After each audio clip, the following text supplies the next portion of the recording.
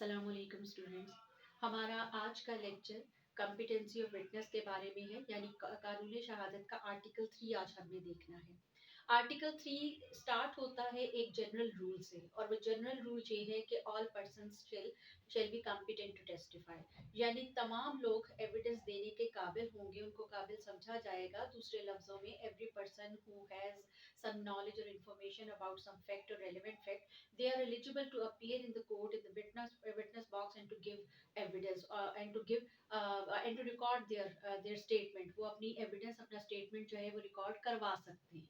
लेकिन इसी पैराग्राफ में आर्टिकल 3 के फर्स्ट पैराग्राफ में ही तीन कैटेगरीज बताई गई हैं, जिनमें अगर कोई शख्स फॉल करता है तो उससे कोर्ट जो है थोड़ा सा डिफरेंट वे में उसको ट्रीट करेगी। ऐसा नहीं है कि वो इनकम्पिटेंट टू टेस्टिफाई हैं, बल्कि सिर्फ ये है कि उनके बारे में कोर्ट थोड़ा सा जिसको कह लें ज्यादा अलर्ट होगी, या ज्यादा जो है चौकन्ना होके उनके बारे में जो है फैसला करेगी कि इनकी एविडेंस लेनी है या नहीं लेनी है।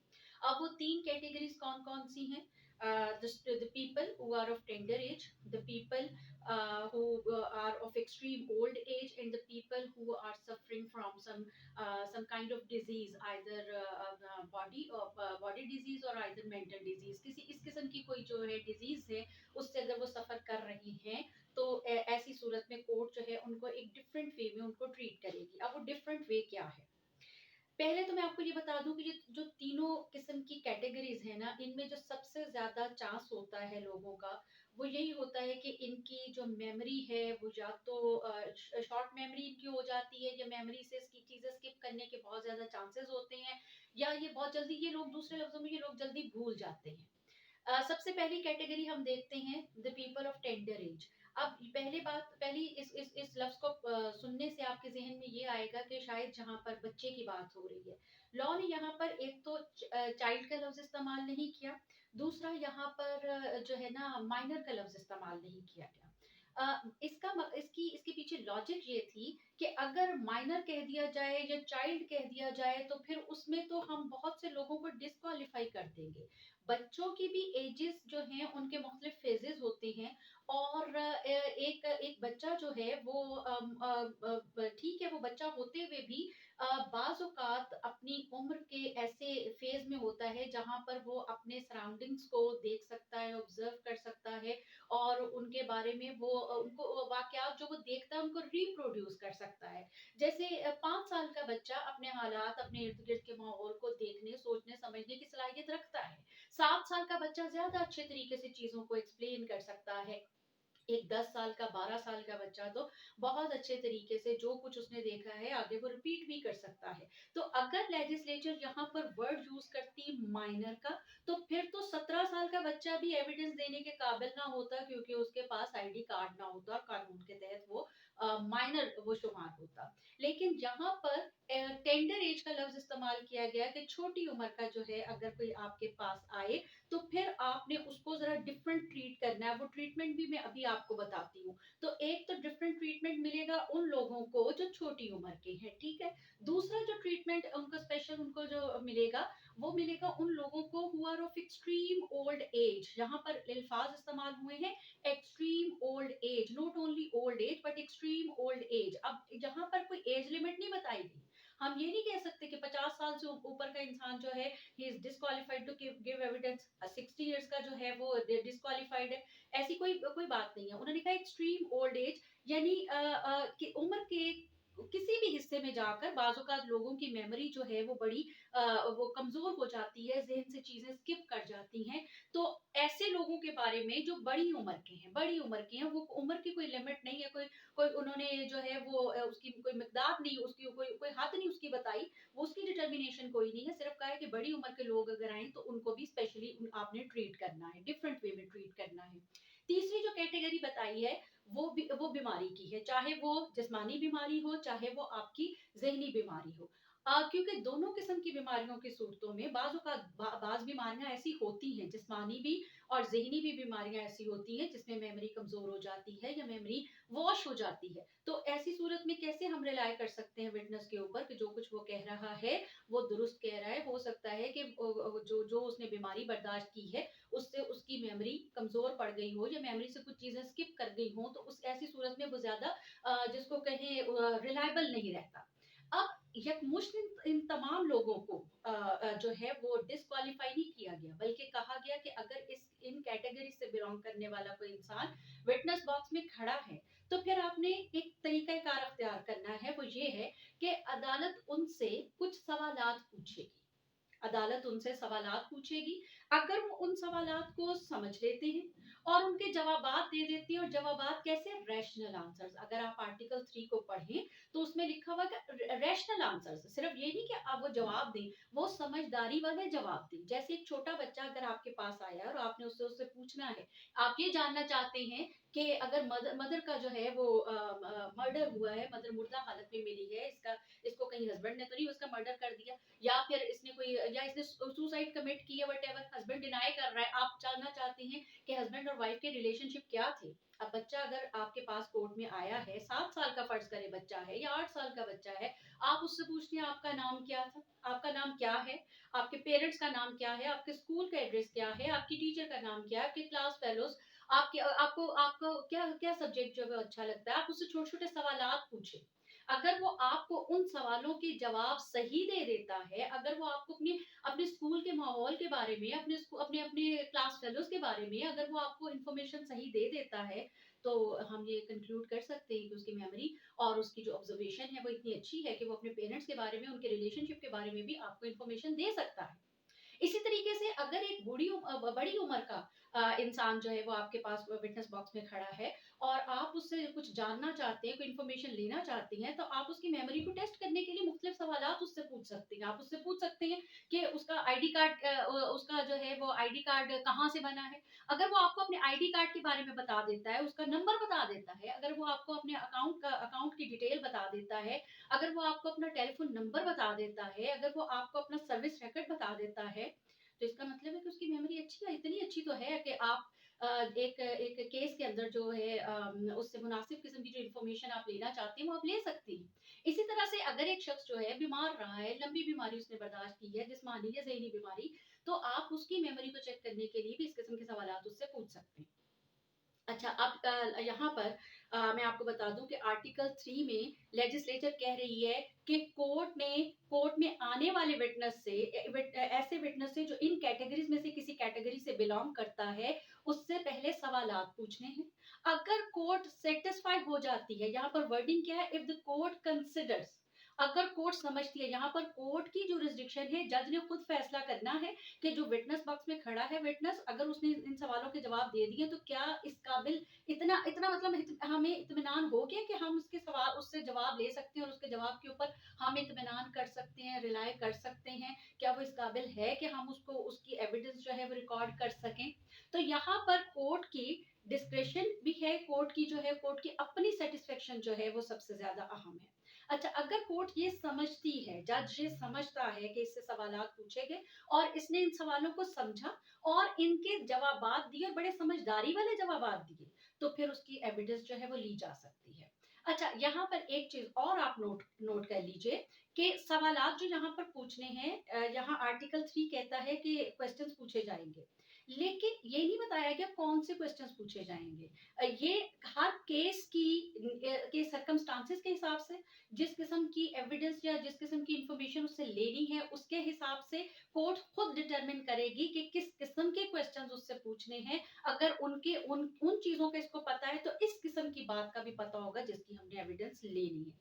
फिर एक चीज और आप यहाँ पर जहन में रखिए कि यहाँ पर भी क्वेश्चंस विटनेस से पूछे जा रहे हैं, जबकि विटनेस से क्वेश्चंस उस वक्त भी पूछे जाते हैं जिस वक्त उसको क्रॉस एग्जामिन किया जा रहा होता है, यानी उसके ऊपर जिरा की जा रही होती है। अच्छा, अब जो यहाँ पर क्वेश्चंस पूछे जा रही हैं वो किस लिए पूछे जा रही हैं, just to check the competency of the witness. जो क्वेश्चंस आर्टिकल 3 के तहत विटनेस से पूछे जा रहे हैं, उनका मकसद है to check the competency of the witness, और जो क्वेश्चंस विटनेस से पूछे जाने हैं बाद में क्रॉस एग्जामिनेशन में, उनका मकसद क्या है? To to shake the credibility of the witness, witness की क्रेडिबिलिटी को शेक करना। जब जिरा की जा रही होती है तो वहां पर मकसद ये होता है कि विटनेस से सवाल पूछकर इस बात को साबित किया जाए कि विटनेस रिलायबल नहीं है, विटनेस को जो है वो जो उसने कहा वो ट्रस्ट वर्दी नहीं है, उसके ऊपर हम यकीन न करें, इसका कोई क्रेडिट नहीं है। तो उसकी क्रेडिबिलिटी वहां पर जो है वो चेक हो रही होती है, उसकी एतबारियत वहां पर क्रॉस एग्जामिनेशन में चेक हो रही होती है। लेकिन जो आर्टिकल 3 के क्वेश्चंस हैं वो इसलिए पूछे जाती है कि उसकी कॉम्पिटेंसी को डिटरमिन किया जाए। प्लस यहाँ पर ये भी नहीं बताया गया कि क्वेश्चन जो है वो कौन पूछेगा। ये क्वेश्चन जो है जज भी पूछ सकता है, जज अपनी तरफ से ये ड्यूटी किसी और को भी किसी और शख्स को भी ये असाइन कर सकता है कि वो कोर्ट के बिहाफ पर विटनेस से क्वेश्चंस पूछ के इस बात को डिटरमिन करे कि वो सही जवाब देता है या नहीं, और क्या वो इस काबिल है कि हम उसकी बात पर हम उसकी एविडेंस जो है वो हम ले सकें। अच्छा, फिर इसके बाद जो स्टार्टिंग पैराग्राफ आर्टिकल 3 का, इसके बाद जो है 3 प्रोवाइजोस भी आर्टिकल 3 का हिस्सा है। पहले प्रोवाइजो में कहा गया है कि अगर कोई शख्स पहले किसी फॉल्स एविडेंस में, जो पर्जरी, पर्जरी का मतलब false evidence, giving false evidence, अगर कोई शख्स फॉल्स एविडेंस देता है और उसमें ही हैज बीन कन्विक्टेड, तो his evidence shall not be recorded, shall not be taken, उसकी एविडेंस जो है वो नहीं ली जाएगी। ऐसा शख्स जिसने किसी के ऊपर कोई किसी वक्त में कोई झूठी गवाही दी और फिर उसको कन्विक्शन हुई, तो ऐसे शख्स की एविडेंस नहीं ली जाएगी। लेकिन फिर सेकंड प्रोवाइजो में वंस अगेन कोर्ट को जो है वो डिस्क्रिशनरी पावर दी गई है। वंस अगेन कोर्ट को एक कहा गया कि अगर कोर्ट कंसिडर करती है, अगर कोर्ट समझती है कि जो कुछ विटनेस ने जो है वो जो है वो दी, तो उसने झूठी गवाही, लेकिन कोर्ट सेटिस्फाइड है कि ही हैज मेंडेड हिज वे, यानी कोर्ट की सेटिस्फेक्शन यहाँ पर भी जरूरी है। अगर कोर्ट ये समझती है कि किसी शख्स ने किसी वक्त में एक फॉल्स एविडेंस दी थी, फिर उसमें उसको कन्विक्शन हुई थी, but now he has repented and has मेंडेड his way, उसने बाद में पशेमानी उसको हुई, उसने तौबा की और अपनी इस्लाह कर ली, तो ऐसी सूरत में कोर्ट इसके बावजूद उसके के वो once he had been convicted in perjury, उसकी एविडेंस जो है वो रिकॉर्ड कर लेगी। यानी उसकी इसको इसके कहने ये जो यहाँ पर इसमें आर्टिकल 3 में शामिल किया गया ये वाला ये प्रोवाइजोस, तो ये प्रोवाइजोस इसमें इंसर्ट किए गए थे to give it an Islamic colour, इस आर्टिकल को एक इस्लामिक टच देने के लिए, इस्लामिक कलर देने के लिए, क्योंकि इस्लामी तालीमात के मुताबिक जो शख्स झूठी गवाही देता है उसकी फिर वो डिस्क्वालीफाई कर जाता है, फिर दोबारा उसकी कभी भी एविडेंस नहीं ली जाती। लेकिन अगर वो तौबा कर लेता, अल्लाह ताला का अपना ये हुक्म है कि अगर वो तौबा कर ले और अपनी इस्लाह कर ले तो फिर अल्लाह ताला बख्शने वाला है। तो यहाँ पर भी वही बात कही जा रही है कि अगर एक शख्स झूठी गवाही देता है लेकिन फिर तौबा कर लेता है और अदालत भी समझती है कि इसने तौबा कर ली है, he has repented and he has मेंडेड his way, अपनी इस्लाह भी कर ली है, तो इसकी एविडेंस जो है अगर कोर्ट सेटिस्फाइड है तो इसकी एविडेंस भी ली जा सकती है। अच्छा, इसके बाद आर्टिकल 3 के अंदर एक जो है एक आखिर में जो है एक चीज जिसको एक और प्रोवाइजो, जो उसका तीसरा और लास्ट प्रोवाइजो है, वो ये है कि court shall determine the competence of a witness in accordance with the injunctions of Quran and Sunnah. यानी कोर्ट जो है जिस वक्त भी कोर्ट को किसी शख्स की, किसी विटनेस की कॉम्पिटेंस को डिटरमिन करना होगा, तो कोर्ट अपने सामने कुरान और सुन्नत के अहकामात को अपने सामने रखेगी। और कुरान और सुन्नत के अहकामात के मुताबिक एक गवाह के अंदर जितनी भी अच्छी क्वालिटीज, जो भी रिक्वायर्ड क्राइटेरिया, जो स्टैंडर्ड है, अगर एक विटनेस उसको मीट करता है, उस क्राइटेरिया को मीट करता है, तो उसकी एविडेंस ली जाएगी, अदरवाइज कोर्ट उसकी एविडेंस नहीं लेगी। यानी कोर्ट जिस वक्त गवाह की कॉम्पिटेंस को डिटरमिन कर रही होगी तो वो उस वक्त कुरान और सुन्नत के अहकामात को सामने रख के डिटरमिन करेगी। लेकिन फिर आगे इसमें एक और जो है इसको इसको ब्रॉडन कर दिया गया कि ठीक है, कुरानी अहकामात के मुताबिक जो है रिक्वायर्ड स्टैंडर्ड जो है वो तो मीट करने की जो करेगा उसी को प्रेफरेंस दी जाएगी, लेकिन if such witness is not available, ऐसा विटनेस जो पुरानी अहकामात के मुताबिक, इस्लामी अहकामात के मुताबिक विटनेस के लिए रिक्वायर्ड क्राइटेरिया को फुलफिल करता हो, अगर ऐसा विटनेस अवेलेबल नहीं है, ऐसा विटनेस जो है फोर्थ कमिंग नहीं है, तो फिर जो भी विटनेस अवेलेबल होगा कोर्ट फिर उससे काम चला लेगी, क्योंकि कुरान और सुन्नत के अहकामात के मुताबिक गवाही का जो मयार है वो बहुत ज्यादा हाई है। और अगर उसके मुताबिक देखा जाए तो हमारी सोसाइटी में तो गिनती के लोग रह जाएंगे जो गवाही देने के काबिल हैं। तो अगर उस क्राइटेरिया को पूरे तरीके से अप्लाई किया जाए तो फिर तो किसी भी केस में एविडेंस नहीं हो सकती। तो ऐसी सूरत में लॉ कहता है कि कोशिश यही की जाएगी कि पुरानी अहकामात के मुताबिक क्राइटेरिया को मीट करने वाले लोग ही आगे आए, उन्हीं से एविडेंस ली जाए। लेकिन अगर ऐसे सच्चे नेक पाइस किस्म के लोग अगर अवेलेबल नहीं है तो whosoever is available his statement shall be recorded, उसकी फिर जो एविडेंस जो है वो ले ली जाएगी।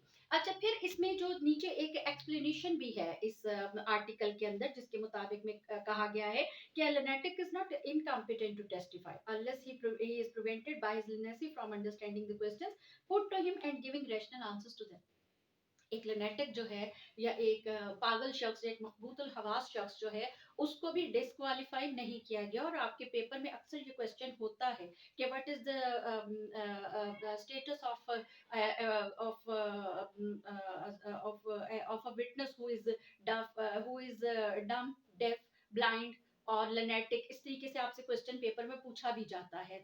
तो एक बात याद रखिए, डेफ है या डम है, वो जो है एविडेंस वो भी दे सकते हैं। लेकिन अगर एक एक शख्स जैसे जो शख्स डम है, गूंगा है, तो वो इशारों से वो अपनी एविडेंस रिकॉर्ड करवा सकता है, या फिर वो अगर वो लिखना पढ़ना जानता हो तो वो लिख के अपनी एविडेंस दे सकता है। इसी तरीके से जो डेफ है वो भी लिख कर एविडेंस अपनी दे सकता है। लेकिन एक बात याद रखें, डेफ है, डम है या ब्लाइंड है, तीनों सूरतों में अगर एविडेंस ऐसी किसी ऐसे फैक्ट के बारे में है जो देखा जा सकता है, जो जो उसी मखसूस सेंस के हवाले से है जिससे वो डिप्राइव्ड है, जिससे वो महरूम है, तो फिर उनकी एविडेंस नहीं होगी। जैसे अगर कोई इंसिडेंट ऐसा है जिसको सिर्फ देखकर बयान दिया जा सकता है, तो ऐसी सूरत में ब्लाइंड एविडेंस नहीं दे सकता। अगर कोई फैक्ट ऐसा है जिसको सुनकर जो है आगे एविडेंस दी जा सकती है, तो ऐसी सूरत में फिर डेफ जो है वो नहीं दे सकता स्टेटमेंट, क्योंकि उसने तो सुना ही नहीं, तो वो कैसे दे सकता है। तो इनके मामलात में अगर किसी, हाँ अगर जो है बात ये है कि कोई बात किसने क्या कहा और किसने क्या नहीं कहा, तो यहाँ पर अगर ब्लाइंड वहां पर मौजूद था तो वो सुन तो सकता है, सो वो एविडेंस दे सकता है। और वो बोल के भी एविडेंस दे सकता है। वो जो है वो किसी किसी भी तरीके से जो भी उसको सही लगता है, जिस तरीके से वो अपने आप को एक्सप्लेन कर सकता है, डेली रूटीन में वो जैसे एक्सप्लेन करता है वो कर सकता है। तो इसमें ये देखा जाएगा कि वो जो फैक्ट है वो किस सेंस से उन्होंने परसीव करना है। अगर वो सेंस विटनेस के अंदर मौजूद है तो फिर उस जो है वो उसकी फिर वो एविडेंस दे सकते हैं। और अगर कोई शख्स बोल नहीं सकता है, या वो कोई जो है वो फिर उसको जो है वो इशारों की मदद से या उसको लिख के जो है वो बता सकता है। इसी तरह लुनेटिक जो है, लुनेसी की जो है ना, उसकी भी मुख्तलिफ स्टेजेस होती हैं। बाज औकात जो बाज लोग होते हैं वो परमानेंटली एक ऐसी कैफियत में रहते हैं जिसको हम पागलपन की हालत कहते हैं, तो ऐसा शख्स तो एविडेंस नहीं दे सकता। लेकिन ऐसा शख्स जो जिसको फिट्स पड़ती है, किसी वक्त तो वो पागलपन की हालत में, जुनून की हालत में होता है, लेकिन किसी वक्त वो उस हालत से बाहर भी होता है। तो फिर इसमें केस के सर्कमस्टांसेस को देखकर ये फैसला किया जाएगा कि आया उस वक्त, जिस वक्त की हम बात कर रहे हैं, ये जो इंसान है, whether he was in his senses और he was not in his senses, वो नॉनसेंस था या वो सेम पर्सन था एट दैट टाइम। तो फिर इसको जो है सर्कमस्टांसेस के हिसाब से इसका फैसला किया जाएगा। बहरहाल लेनेटिक भी जो है वो एविडेंस दे सकता है if the court considers that he is capable of understanding the questions and giving rational answers to them. अगर वो उन सवालों को जान सकता है, समझ सकता है और उनके जवाब दे सकता है, तो फिर कोर्ट अगर समझती है कि ये इस काबिल है तो उसकी एविडेंस हो जाएगी। तो इस तरीके से हमने आर्टिकल 3 को देखा कि इसके अंदर जो है वो विटनेस को का जो है वो उसकी कॉम्पिटेंसी जो है उसका क्या उसका स्टैंडर्ड है। आपने इसको समझना है। इसको जो है अगर कोई प्रॉब्लम हो, अगर आपके जहन में कोई क्यूरी हो, तो आप मुझे कमेंट्स में बता दीजिएगा, मैं उसका फर्दर जो है उसको इलेबोरेट कर दूंगी। और अगर मेरे चैनल को अभी तक आपने सब्सक्राइब नहीं किया है तो प्लीज उसको सब्सक्राइब सब्सक्राइब कर दीजिएगा। अपना बहुत ख्याल रखिएगा, मेरी नेक्स्ट वीडियो का इंतज़ार कीजिएगा। टेक केयर, अल्लाह हाफ़िज़।